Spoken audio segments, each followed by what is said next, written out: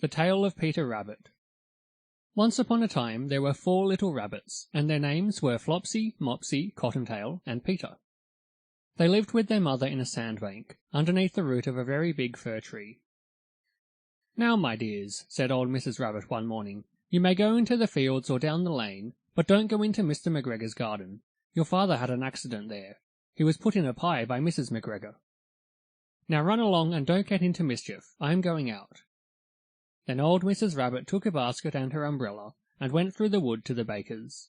She bought a loaf of brown bread and 5 currant buns. Flopsy, Mopsy, and Cottontail, who were good little bunnies, went down the lane to gather blackberries. But Peter, who was very naughty, ran straight away to Mr. McGregor's garden and squeezed under the gate. First he ate some lettuces and some French beans, and then he ate some radishes, and then, feeling rather sick, he went to look for some parsley.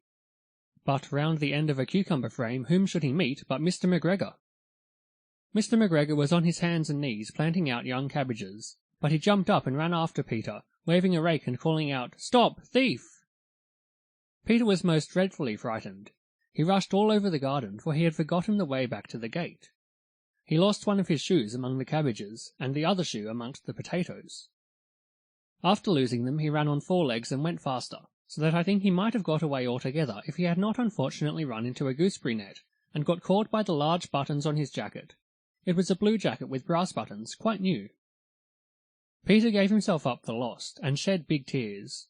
But his sobs were overheard by some friendly sparrows, who flew to him in great excitement, and implored him to exert himself. Mr. McGregor came up with a sieve, which he intended to pop upon the top of Peter, but Peter wriggled out just in time, leaving his jacket behind him, and rushed into the tool shed and jumped into a can. It would have been a beautiful thing to hide in if it had not had so much water in it. Mr. McGregor was quite sure that Peter was somewhere in the tool shed, perhaps hidden underneath a flower pot. He began to turn them over carefully, looking under each. Presently Peter sneezed. "Kerchoo!" Mr. McGregor was after him in no time, and tried to put his foot upon Peter, who jumped out of a window, upsetting 3 plants. The window was too small for Mr. McGregor, and he was tired of running after Peter. He went back to his work. Peter sat down to rest. He was out of breath and trembling with fright, and he had not the least idea which way to go. Also he was very damp with sitting in that can. After a time he began to wander about, going lippity, lippity, not very fast, and looking all round. He found a door in a wall, but it was locked, and there was no room for a fat little rabbit to squeeze underneath.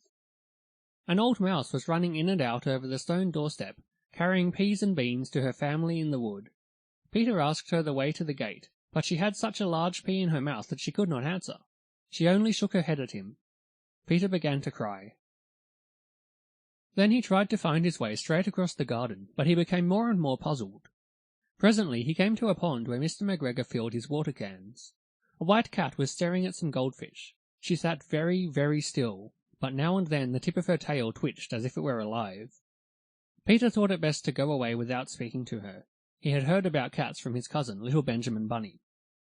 He went back towards the tool shed, but suddenly, quite close to him, he heard the noise of a hoe. Scritch, scratch, scratch, scritch.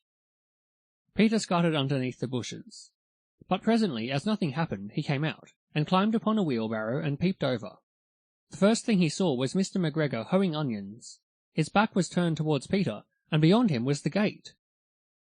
Peter got down very quietly off the wheelbarrow, and started running as fast as he could go along a straight walk behind some blackcurrant bushes. Mr. McGregor caught sight of him at the corner, but Peter did not care. He slipped underneath the gate and was safe at last in the wood outside the garden.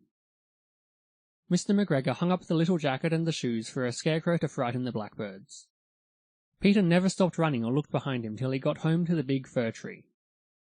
He was so tired that he flopped down upon the nice soft sand on the floor of the rabbit hole and shut his eyes. His mother was busy cooking. She wondered what he had done with his clothes.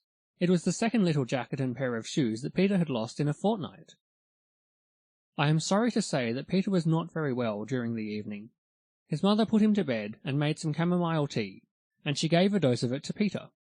1 tablespoonful to be taken at bedtime. But Flopsy, Mopsy, and Cottontail had bread and milk and blackberries for supper.